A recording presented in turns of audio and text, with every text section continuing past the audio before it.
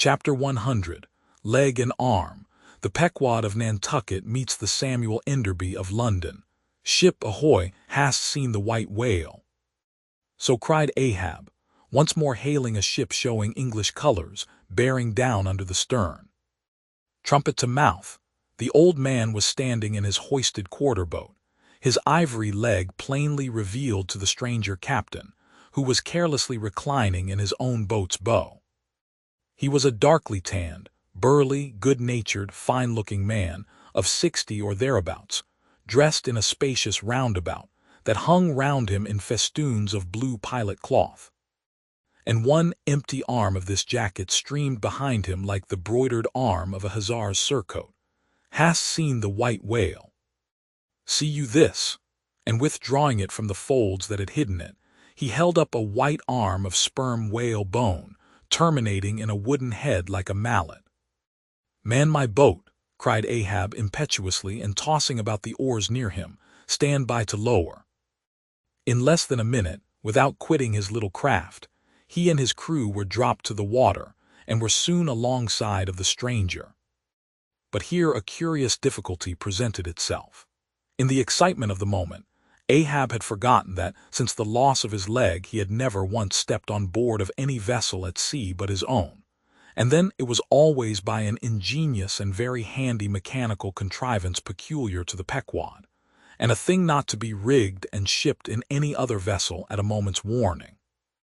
Now it is no very easy matter for anybody, except those who are almost hourly used to it, like whalemen, to clamber up a ship's side from a boat on the open sea. For the great swells now lift the boat high up towards the bulwarks, and then instantaneously drop it halfway down to the kelson. So, deprived of one leg, and the strange ship of course being altogether unsupplied with the kindly invention, Ahab now found himself abjectly reduced to a clumsy lanceman again. Hopelessly eyeing the uncertain changeful height he could hardly hope to attain. It has before been hinted, perhaps, that every little untoward circumstance that befell him, and which indirectly sprang from his luckless mishap, almost invariably irritated or exasperated Ahab. And in the present instance, all this was heightened by the sight of the two officers of the strange ship, leaning over the side, by the perpendicular ladder of nailed cleats there, and swinging towards him a pair of tastefully ornamented man-ropes. For at first they did not seem to bethink them that a one-legged man must be too much of a cripple to use their sea banisters. But this awkwardness only lasted a minute, because the strange captain, observing at a glance how affairs stood, cried out, I see, avast heaving there. Jump, boys, and swing over the cutting tackle. As good luck would have it, they had had a whale alongside a day or two previous, and the great tackles were still aloft, and the massive curved blubber hook, now clean and dry, was still attached to the end. This was quickly lowered to Ahab, who at once comprehending it all, slid his solitary thigh into the curve of the hook. It was like sitting in the fluke of an anchor, or the crotch of an apple tree, and then giving the word, held himself fast, and at the same time also helped to hoist his own weight by pulling hand over hand upon one of the running parts of the tackle. Soon he was carefully swung inside the high bulwarks and gently landed upon the capstan head. With his ivory arm frankly thrust forth in welcome, the other captain advanced, and Ahab, putting out his ivory leg and crossing the ivory arm like two swordfish blades, cried out in his walrus way, Aye, hearty. Let us shake bones together, an arm and a leg, an arm that never can shrink, d'ye see, and a leg that never can run. Where didst thou see the white whale, how long ago? The white whale, said the Englishman, pointing his ivory arm towards the east, and taking a rueful sight along it as if it had been a telescope. There I saw him on the line last season. And he took that arm off, did he? Asked Ahab, now sliding down from the capstan and resting on the Englishman's shoulder as he did so. Aye, he was the cause of it at least. And that leg too.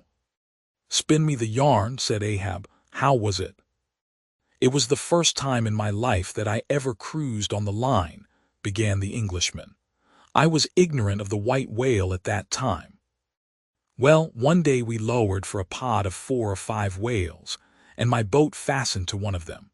A regular circus horse he was, too, that went milling and milling round so that my boat's crew could only trim dish by sitting all their sterns on the outer gunwale. Presently up breaches from the bottom of the sea a bouncing great whale, with a milky white head and hump, all crow's feet and wrinkles.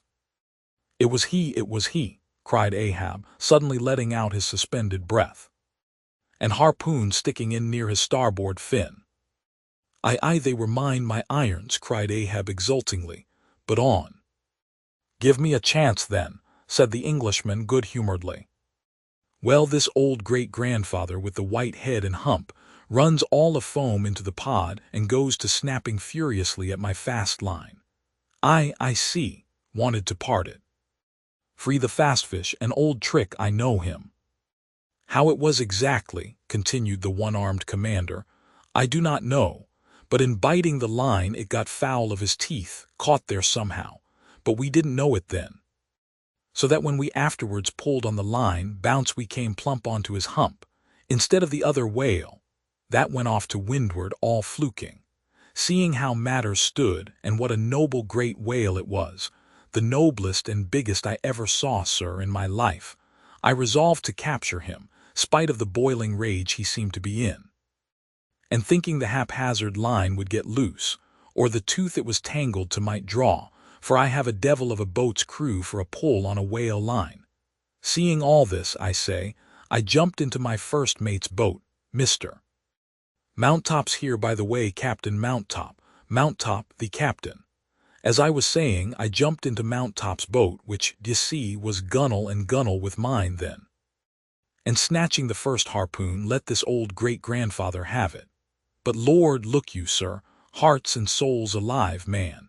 The next instant, in a jiff, I was blind as a bat, both eyes out, all befogged and bedeadened with black foam, the whale's tail looming straight up out of it, perpendicular in the air, like a marble steeple. No use sterning all then, but as I was groping at midday with a blinding sun, all crown jewels. As I was groping, I say, after the second iron to toss it overboard, down comes the tail like a Lima tower, cutting my boat in two, leaving each half in splinters. And flukes first, the white hump back through the wreck, as though it was all chips. We all struck out. To escape his terrible flailings, I seized hold of my harpoon pole sticking in him, and for a moment clung to that like a sucking fish. But a combing sea dashed me off, and at the same instant the fish, taking one good dart forwards, went down like a flash, and the barb of that cursed second iron towing along near me caught me here, clapping his hand just below his shoulder. Yes, caught me just here, I say, and bore me down to hell's flames. I was thinking, when all of a sudden, thank the good God, the barb ripped its way along the flesh, clear along the whole length of my arm, came out nigh my wrist, and up I floated. And that gentleman there will tell you the rest, by the way, Captain Doctor. Bunger, ship's surgeon, Bunger, my lad, the captain. Now, Bunger, boy, spin your part of the yarn. The professional gentleman thus familiarly pointed out had been all the time standing near them, with nothing specific visible to denote his gentlemanly rank on board. His face was an exceedingly round but sober one. He was dressed in a faded blue woolen frock or shirt and patched trousers, and had thus far been dividing his attention between a marling-spike he held in one hand and a pill-box held in the other, occasionally casting a critical glance at the ivory limbs of the two crippled captains. But at his superior's introduction of him to Ahab, he politely bowed, and straightway went on to do his captain's bidding. It was a shocking bad wound, began the whale surgeon. And taking my advice, Captain Boomer here stood our old Sammy. Samuel Enderby is the name of my ship, interrupted the one-armed captain, addressing Ahab. Go on, boy. Stood our old Sammy off to the northward, to get out of the blazing hot weather there on the line. But it was no use. I did all I could, sat up with him nights, was very severe with him in the matter of diet.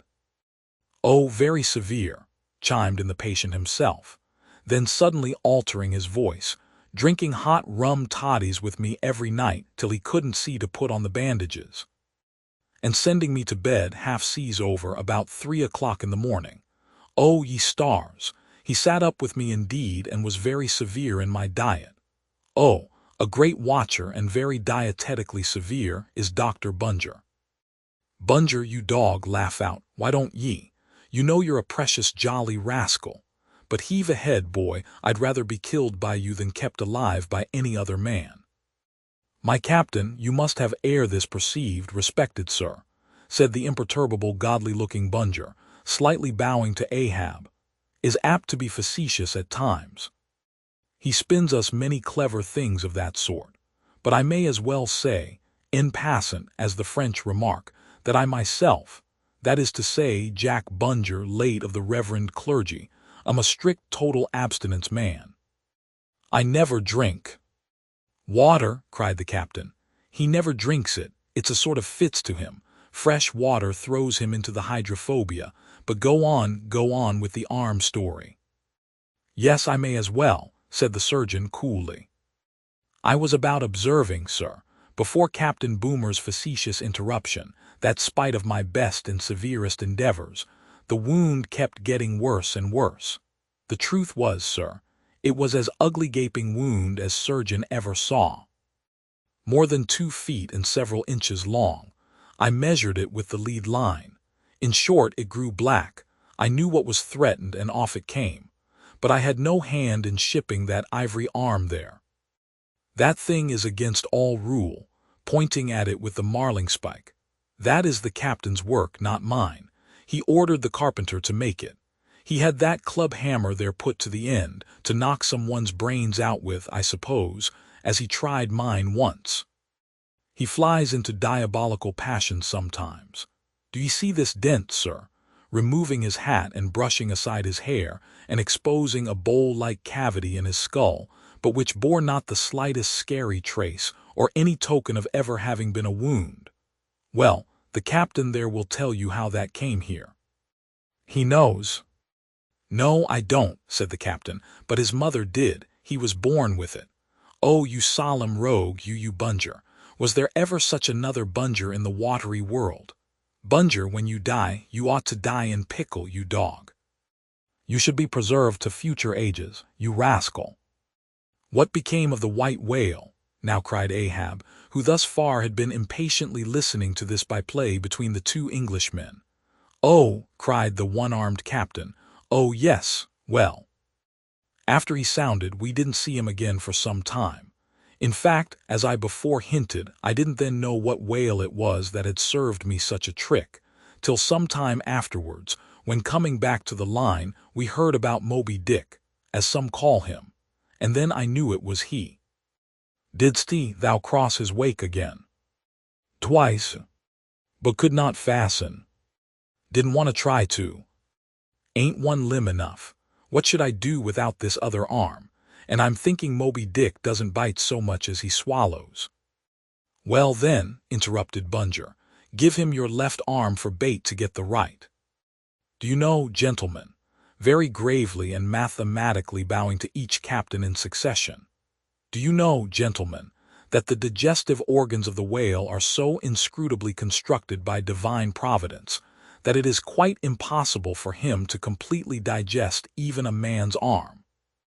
And he knows it too, so that what you take for the white whale's malice is only his awkwardness, for he never means to swallow a single limb, he only thinks to terrify by feints. But sometimes he is like the old juggling fellow, formerly a patient of mine in Ceylon, that making believe swallow jackknives, once upon a time let one drop into him in good earnest, and there it stayed for a 12-month or more. When I gave him an emetic, and he heaved it up in small tacks, d'ye see? No possible way for him to digest that jackknife and fully incorporate it into his general bodily system.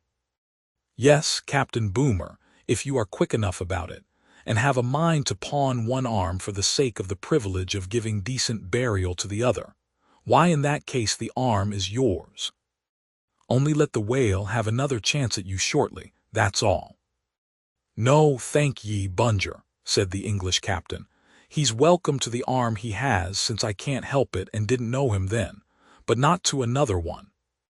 No more white whales for me. I've lowered for him once, and that has satisfied me. There would be great glory in killing him, I know that, and there is a shipload of precious sperm in him, but, hark ye, he's best let alone." "Don't you think so, Captain?" glancing at the ivory leg. "He is, but he will still be hunted for all that. What is best let alone, that accursed thing is not always what least allures. He's all a magnet.